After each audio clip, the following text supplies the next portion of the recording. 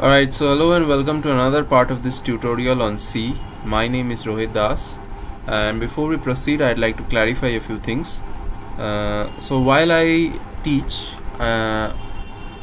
although I'm teaching C, I wouldn't say that I am the sole authority or highest authority or any authority on C. In fact, I'm only teaching you what I have understood in the most simplest way possible, and I make mistakes as you have seen, and I do get things wrong which I clarify later.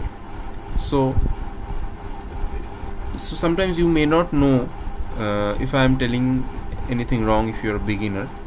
So you can use this command called man on the command line to check out the description of any functions or keywords that are available in C or in the command line. Like you can do a man ls, and then you can check out what ls stands for. Okay, see, so here the description of the ls command is given. Similarly, you can check out for C functions as well. Like you can do a man printf, you can check out the description for printf. You can do a man scanf as well and check it out. Right here you can see the various formats of scanf that are available: scanf, fscanf, scanf, vscanf, alright, and various other things. You can also do the same thing for printf as well. I believe there are actually a number of types of printf functions that are available: sprintf, fprintf, etc.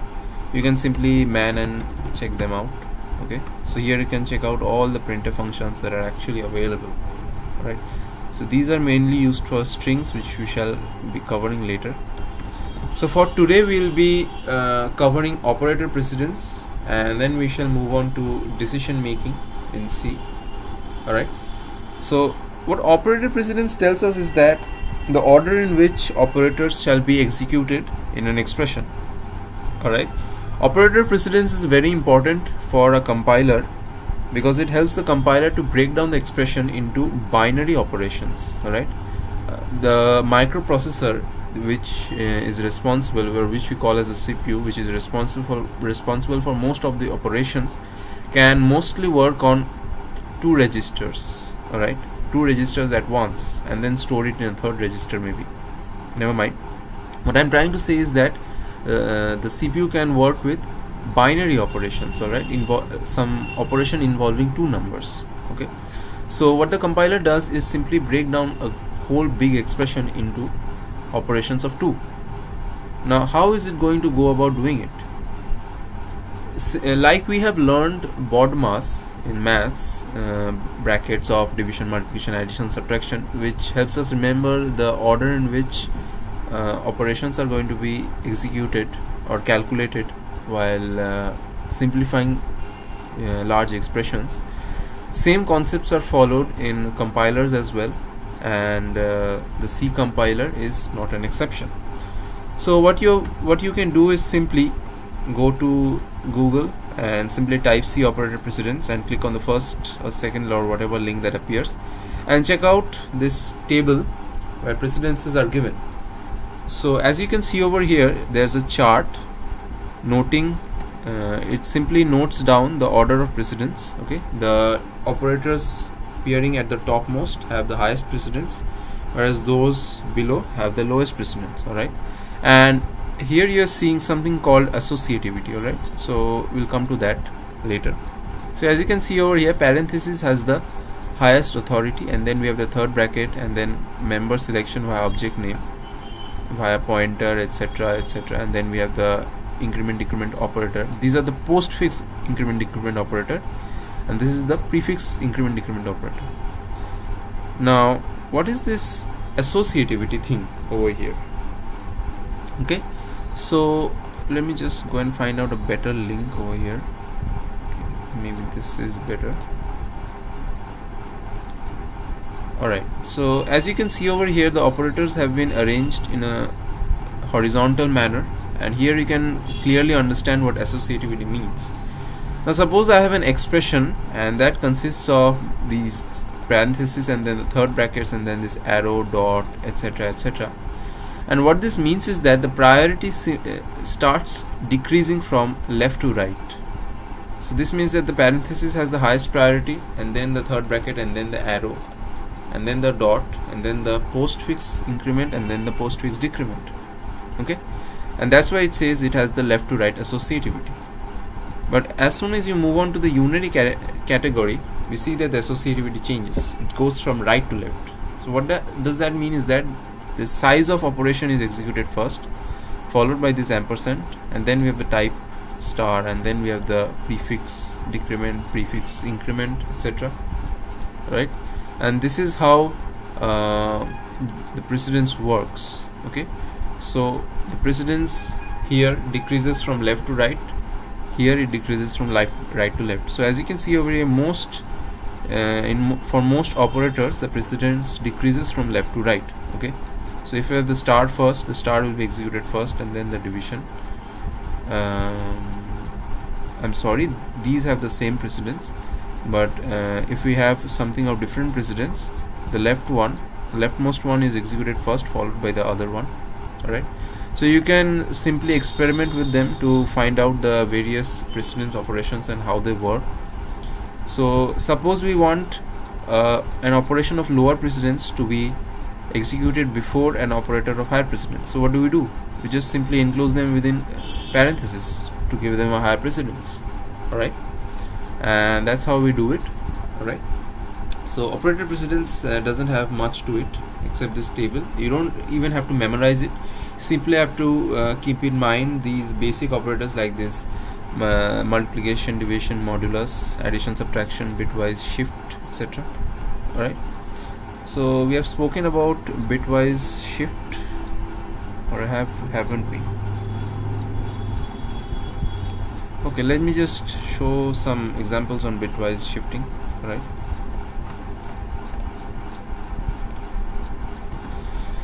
okay, so let's just go ahead and open up in our mind. I'm sorry.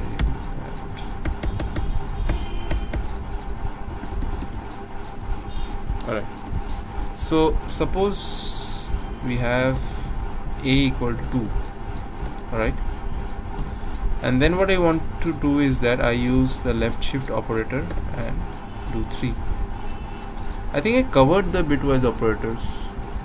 Alright, let me know if I haven't. I have a very poor memory, but never mind, they aren't very difficult. Okay. Alright, so now we are going to move on to the decision making processes. Okay, so in C, decision making is mainly done using if else, nested if statements, switch case, and nested switch case statements. So we'll cover them slowly as we proceed, no hurry there. So the way we write decision making statements is that we have an if keyword followed by parenthesis, and then inside we have the conditions. We have covered conditions earlier, right, using the not, using and, or, using the less than, greater than sign symbols. Okay, so let me give an example over here, saying a equal to 5, if a greater than 10, enter 5,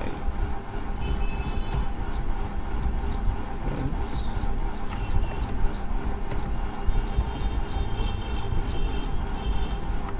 enter y. Alright, so we have a simple program over here.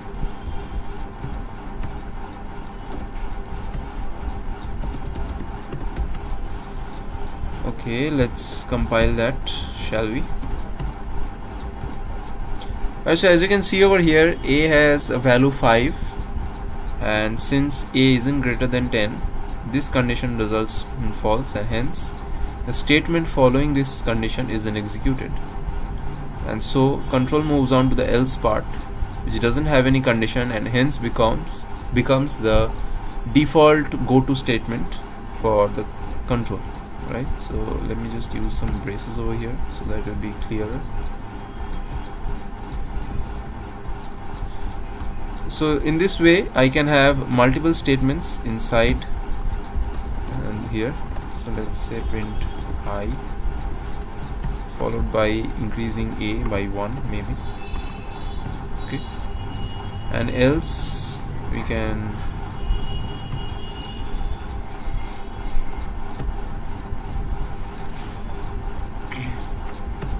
do a printf by over here followed by decreasing it, right?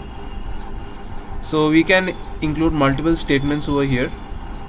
So the main concept is that if a greater than 10, that means the condition followed by if it is true, then only control will enter inside this block of statements and simply ignore whatever follows it unless and until there's another if. Okay, and if this condition results in false, it will come to this else statement, which acts like a default block of statements that are to be executed. Alright, and maybe let's try and print a as well.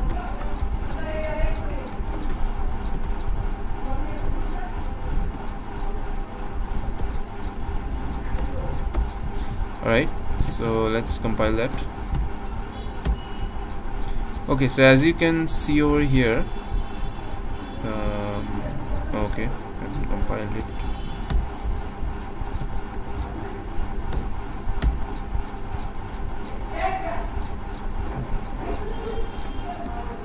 So as you can see over here, it went over here. Let me just correct it.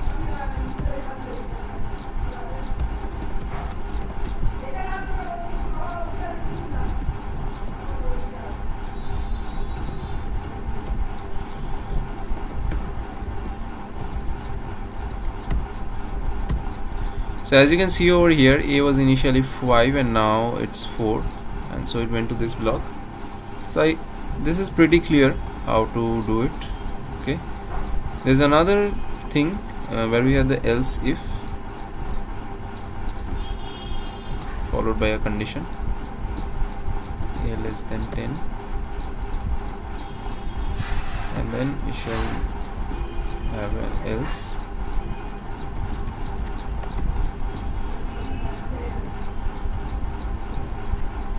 Alright, so let's see what happens. Okay, so even if we omit this else part, let's see what happens.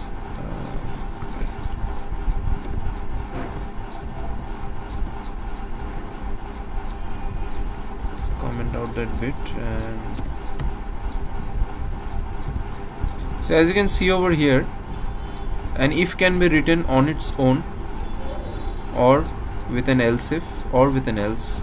So these parts are simply optional, right? So you can simply have one if over here and then your program will run just fine.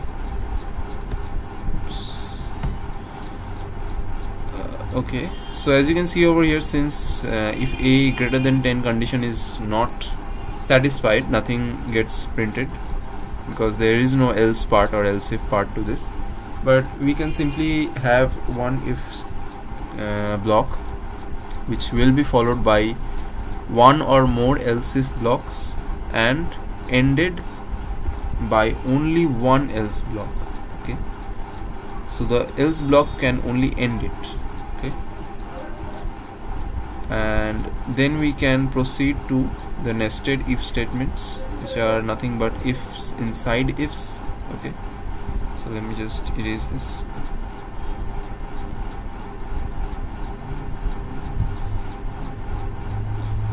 Alright, so let's say make it a less than 10 so that it enters away.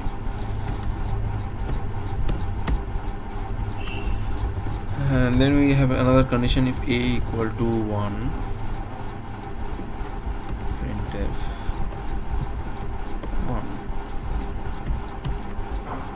else if a equal to 2, printf 2. So you might have observed that when I am writing one statement inside the else function, I am writing it in a single line, You can do that, or you can take it in a separate line. It won't matter. Like I said before, white spaces between identifiers are not very important.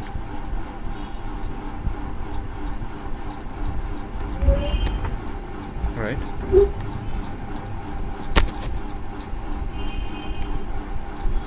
Okay, so as you can see over here, I've nested one if inside another if. Okay, so let me end that with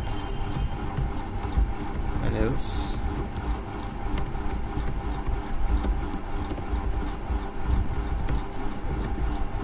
Okay, let's compile that. Alright, so as you can see over here, A isn't 1, A isn't 2, and that's why it went over to the else part. Right? Why did it enter this if block in the first place? Because at first it fulfilled this condition of A less than 10, and then it moved on to this if condition inside the if. Right? This one didn't get satisfied, this one didn't get satisfied, so ultimately it came on to the default part.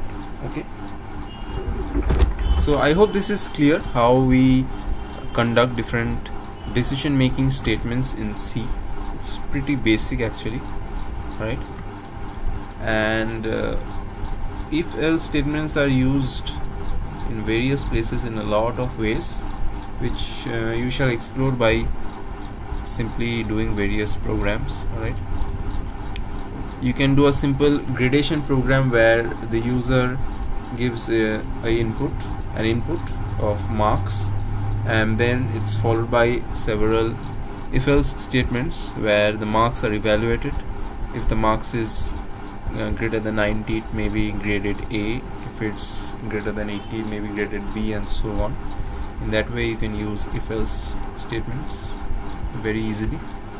Alright, another way of implementing decision making in C is switch case statements. Right, so switch case statements are written in this way. You have switch A followed by colon, and then we have case 1.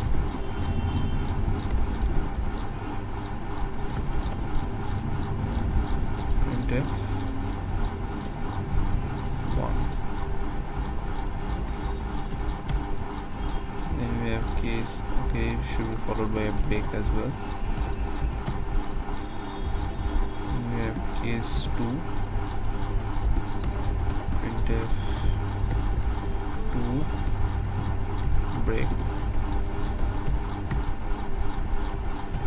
default printf. Alright, so there might be some syntax errors over here, so let's just simply compile and check it out. When in doubt, compile. Alright, so here you can see there are lots of errors over here, probably because the switch case doesn't have braces. Maybe this needs braces, I think. Yeah, switch case needs braces. I forgot. Sorry about that, there will be braces over here.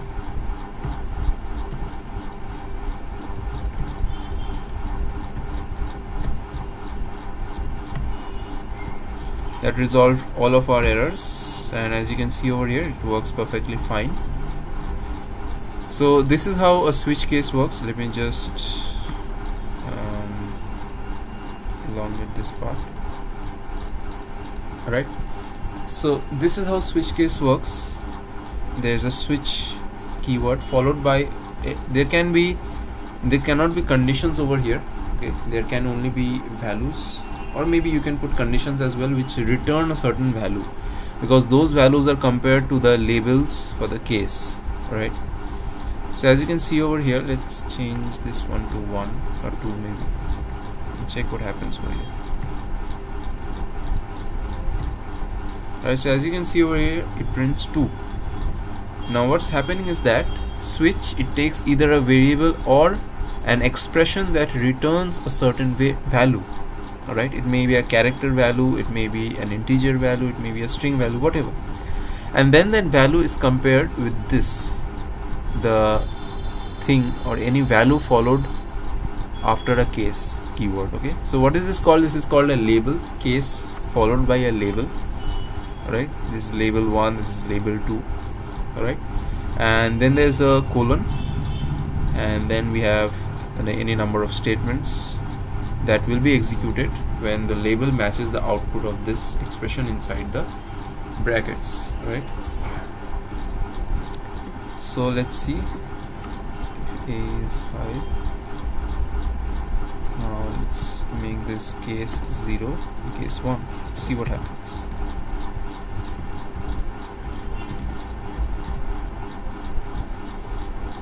Okay, so as you can see over here, we can't use statements.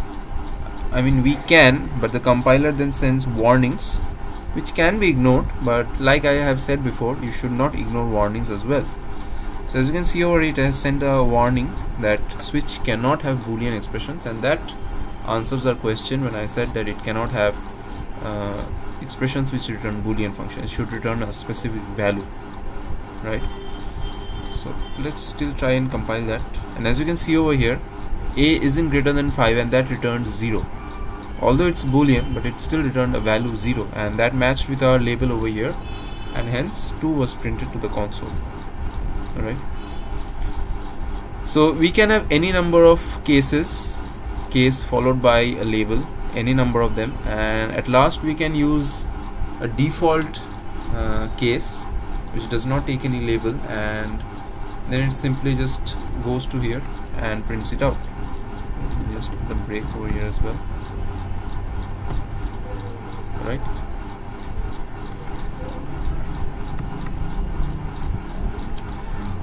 so I don't know if you've noticed anything, but after each case statements I have used a break. Alright, and then I've proceeded to the next case. Now why is that? Let's just remove the breaks and see what happens. Right, let's increase this part so we can see clearly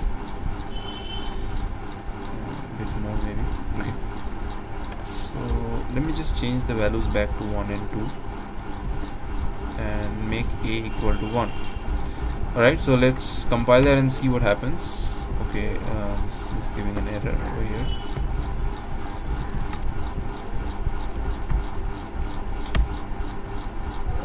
Whoa, now what just happened?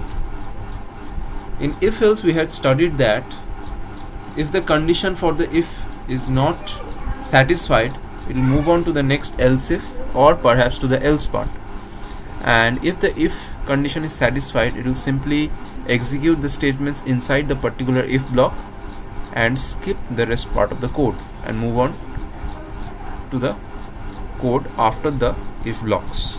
Alright, or nested if blocks, whatever is there. But what had happened over here? In this case, switch A is 1, so it returned 1, and then 1 was matched to this label. Alright, and for that printf 1 was executed. Now what control does is that once a case is matched, the other cases below the matched case are executed as well if there is no break over here.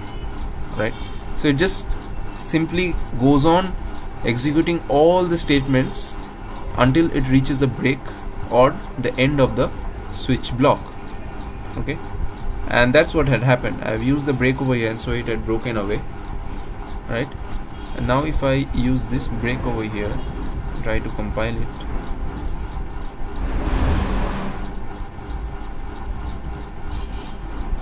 Alright, so let's see. So as you can see over here, 1 and 2 was printed because it didn't encounter any break over here, but it encountered a break over here, and hence I don't know wasn't printed. Alright, so that clears up switch case. We can also have nested switch cases like we had for if else. Let me show that as well. We can do a switch over here, maybe use another variable, int b equal to 5 maybe.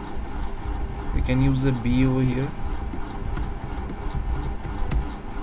and inside that we can declare more cases, like say case 5, maybe printf 5, and then we can have a default case printf bye bye, right? Just having some fun over here. So as you can see over here, the indentation got a bit messed up, but that's not much of a problem.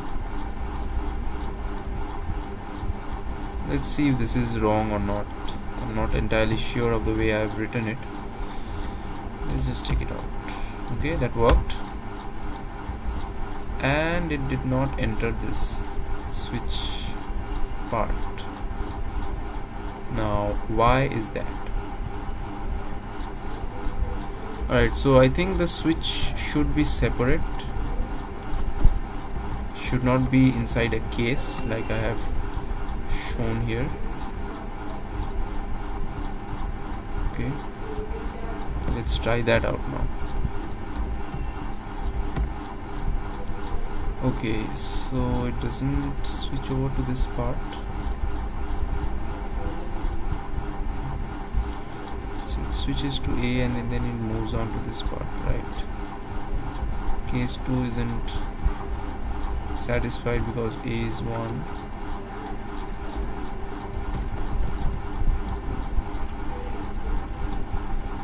Alright, where did I go wrong? A is 1.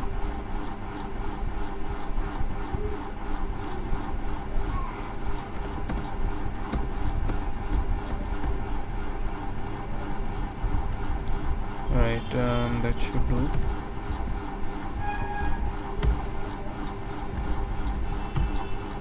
Alright, so now as you can see over here, our previous format was correct. Maybe I had forgotten to compile it. Anyway, so the switch should be along with a case followed by the label, and when that label is matched, the switch case will be executed automatically. Right, so here the 5 matches and this case 5 matches, and since I haven't used a break over here, this bye bye is printed as well, and then there is no break over here, and hence it moves on to the printf, and then it encounters a break and it breaks out, and I don't know is not printed.